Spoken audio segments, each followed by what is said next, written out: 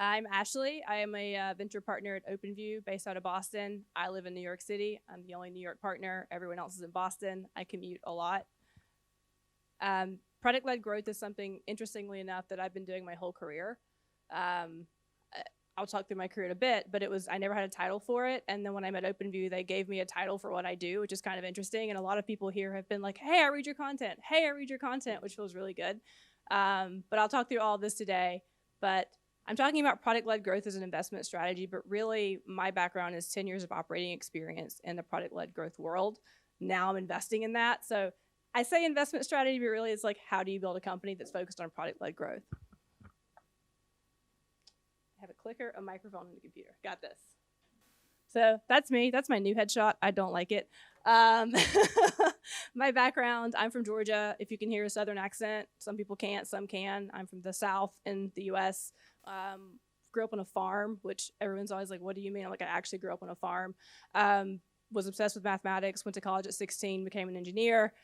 Thought I wanted to be an engineer, quickly realized I actually prefer the customer-facing side of the startup world. So was about number 20 at Twilio. Twilio, for anyone who doesn't know, is a voice and SMS API for our communications. When I started, they only had voice. That's how early I was.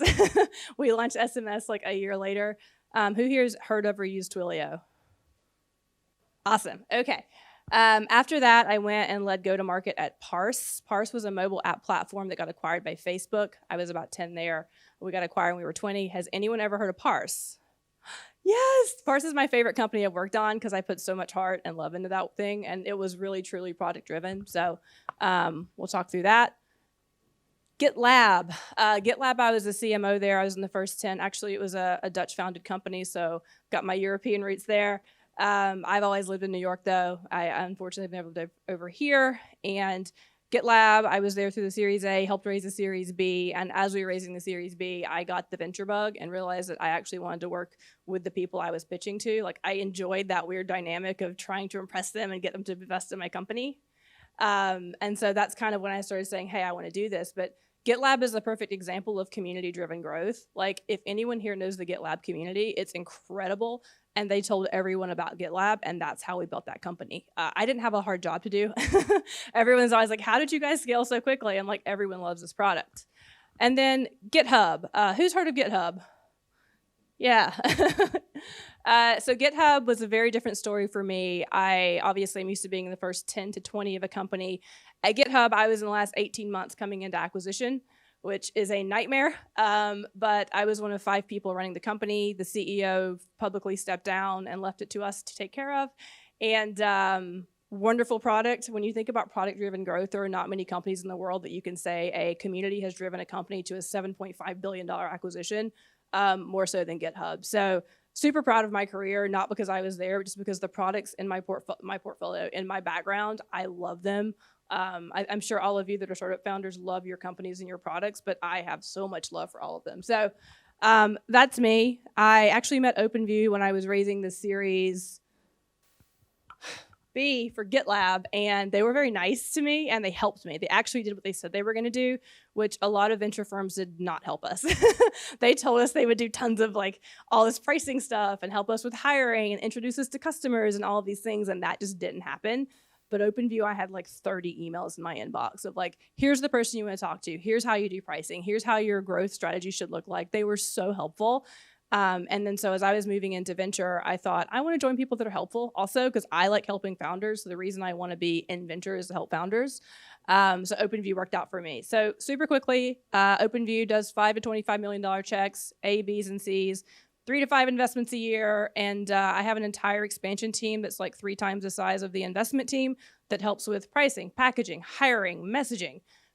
Anything you can think of that you're struggling with from a Series A to a Series C, I have someone to help you with it, which is really nice because I can do all of that, but I don't have the time to help all the portfolio companies. So that's why I joined OpenView, and if you're raising, come find me. I'd love to chat.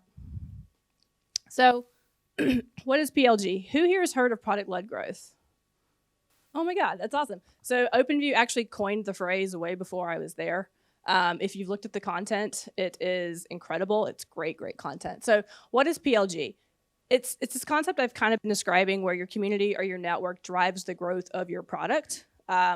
if anyone's been lucky enough to work at a company where you go on Twitter and you search for your company name and it's like, oh my God, I love this company, or you're like wearing the t-shirt from the company, you're walking down the street and someone sees it and gets really excited. I call that product-led growth. At Twilio, I think my entire job there in my first 2 years was throwing t-shirts at people because everyone had a Twilio t-shirt, I think, in the developer community in 2010, and that was our marketing strategy. But it worked. Everyone was like, we love Twilio, we love this product. They wanted to tell their friends about it. They were proud to wear that t-shirt, and that's a key part of product-led growth. So define it. It's product drives the acquisition, retention, and expansion. So all of those things in SaaS we know are super important, but when you throw a product-led growth strategy on top of it, it just powers that mechanism even more. Your sales team becomes more efficient. Your customer success team becomes more efficient. Your customers like you more. When your customers' users that are actually using the product love the product, it's such an easier sell. And if anyone's gone through that process, they know I'm telling the truth. Some companies doing this really well. Slack, obviously. Where did they come from? Oh my God, it was like chat had been solved and then it got resolved and reshared and everyone was using it. So Slack's doing this really well. Dropbox, obviously, Atlassian, and then Expensify, Calendly, and Datadog, those three are in our portfolio. One that I always like to talk about is LinkedIn, which no one ever thinks about as a good product. I actually do. Because to use LinkedIn, you have to be a user. You have to say, I'm going to share my resume with you. And you remember back in the day when you would get a LinkedIn link but not have a LinkedIn? You're like, oh my God, I've got to get this product. That's product-driven growth. So I have a team of people who work on numbers. I did not create this. Product-led growth index. This just got updated last week, and so these are not the most recent slides or the most recent numbers. So go to the internet, open Google, type in OpenView product-led growth index, and you'll see the updated values. But it's taking a look at all the public companies that have a product-led growth strategy. And some things I want to call out here. Faster growth rates. 35% versus 25% in SaaS. That's incredible. That's a lot of money, especially at this scale. Higher multiples. Enterprise value per revenue is 10x. These are actual numbers you can dig into. I think they're actually higher now if you go look at the updated index, which means your company's worth about 2 times more. Enterprise value basically just means how much a company would acquire you for. So we've done a lot of work, a ton of work on this, and have found that product-led growth makes your company scale more quickly, it makes it worth more money, and you're doing it more efficiently. So Slack. Many of our users begin their journey with Slack on our free subscription plan. As organizations engage more deeply with Slack, they often upgrade to paid plans via our website. Product-led growth. Zoom.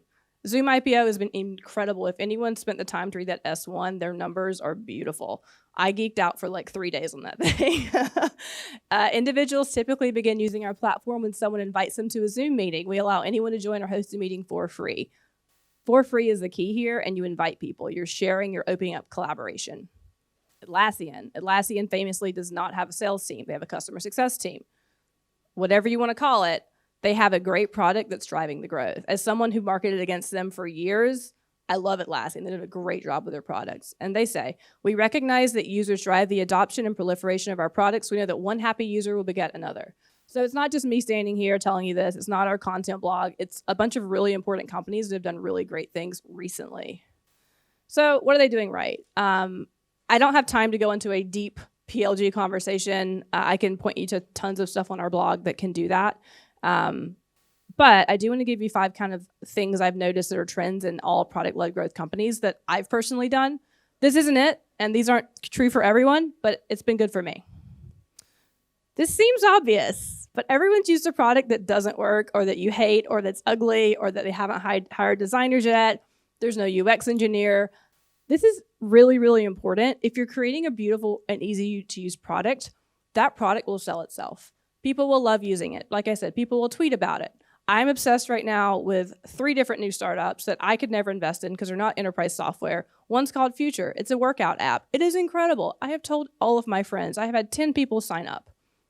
I love the product. They put a ton of money into design. They worked super, super, super hard on getting a really good customer experience. And it's just awesome. And so the way, whenever I'm doing diligence in a company to tell if this is actually happening, is I call their customers. And if the first thing the customer says is, well, There's some challenges that I know it's probably not a product-led growth company. The people that are doing this right, when you talk to their customers, are screaming about how much they love that company. Like, oh my God, this made my life so much easier. Example, Calendly. Has anyone here used Calendly? Does anyone love it like I do? I don't have an admin right now, and so I've been doing my own scheduling, which is a nightmare for anyone who's tried to schedule time with me because I never know what time zone I'm in. Calendly has saved my life. We actually invested in this company. It's naturally shareable. I send you a calendar link, you click it, you schedule, then you're like, oh my God, this is so much easier than dealing with the back and forth. It's a great product, it's easy to use, it actually works, there aren't many bugs. Product-led growth. Another one, I just had a conversation downstairs about this. Make it really, really easy to get started. We've all been through the 6-month software setup situations, right? Has anyone had to deal with like where you have 7 engineers come in, teach your engineering team how to use the product, you have to hook into like all, it's just a nightmare. And in some cases you have to do that. Some enterprise software require that and there's no way around it. But the world's moving towards an easier model, which is throw a credit card in or don't, get a free tier and just sign up and start going. That's how you can grow more quickly. If people can just go to your website, click sign up and run, so much easier than going to a startup's website that has no pricing listed, has no way to sign up, it just says contact sales. Sure, at some point you want to talk to sales, but it's probably not the first thing the person's going to want to do. I'm going to use Twilio here. I have a developer background. To some people, this is not easy to get started, but to a developer, the ability to use 5 lines of code to send an SMS or make your mother's phone ring in a different country was incredible. My poor mother, I used to build test sample apps that just texted her constantly. And I would know they were working because she would call me and ask me to stop. But with a few lines, she hates me sometimes.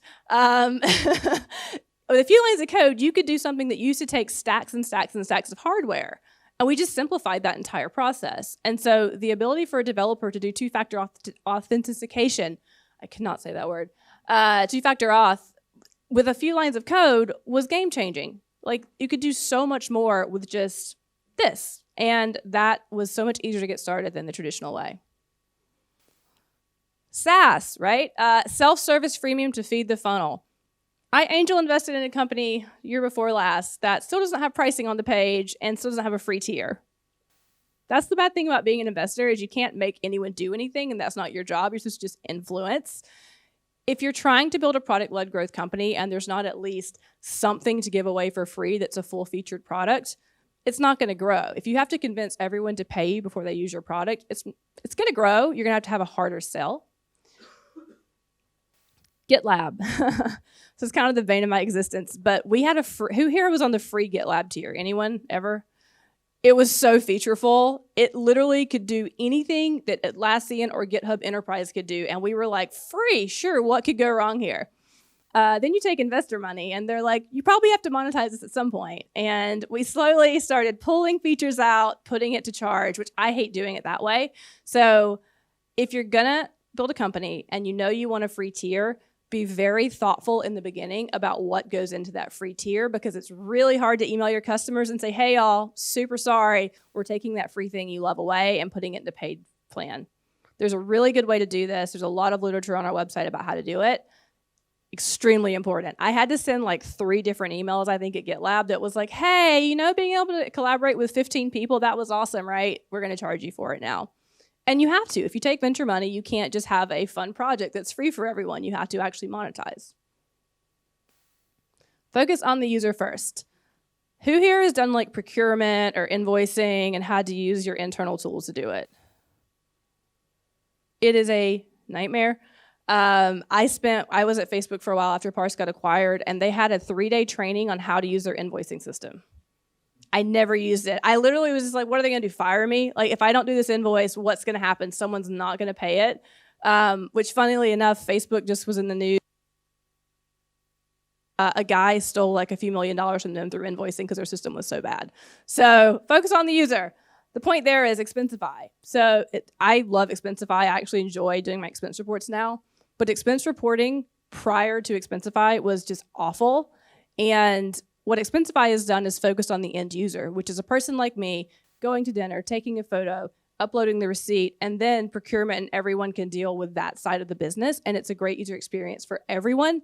We're not just creating the product for the buyer. When you're creating the product just for the buyer, you get a terrible user experience, and it's just not a good thing for your team. This is my favorite thing in the whole world to do.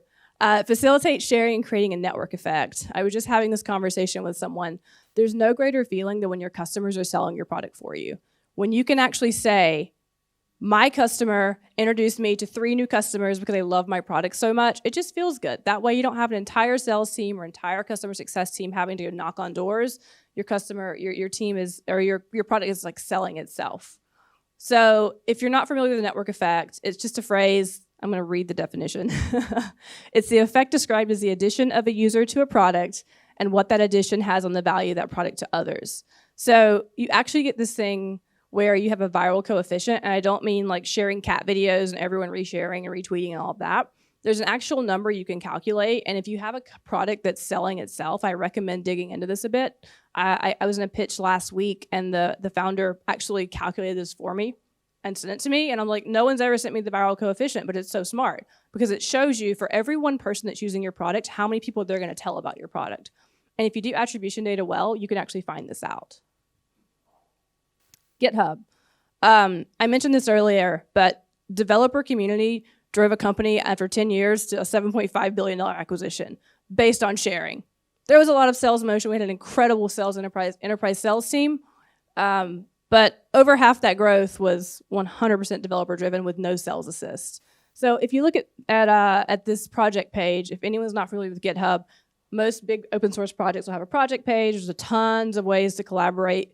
Bootstrap is super popular. It was created by a guy named Mark Otto, who was my head designer at GitHub. Love him, love Bootstrap. You've probably all seen it on the internet without realizing it.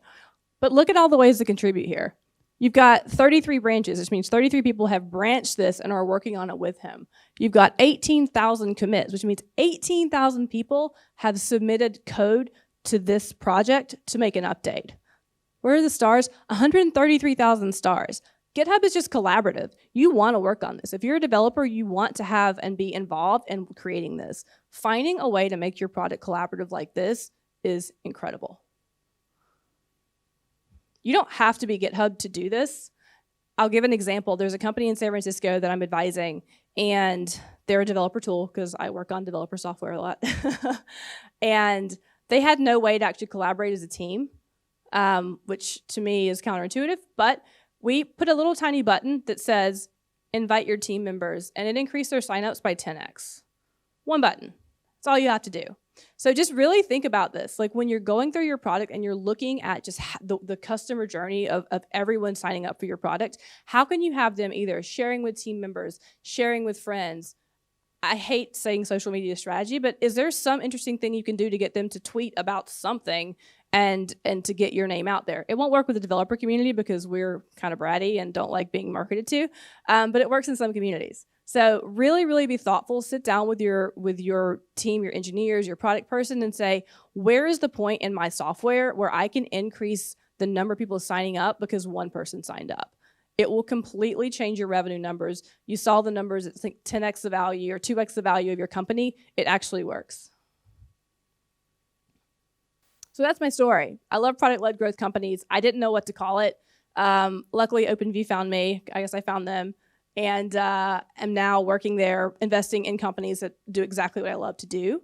These are just some tips. There's tons of other stuff you can be doing. I would be happy to sit down with anyone and kind of give you feedback. Obviously, I can't sit down with everyone today, but if you find me afterwards and set up some time, I'm happy to walk through your product with you and figure out how you can kind of integrate some of this into your website or your product or your app or whatever it is that you're building. Thank you.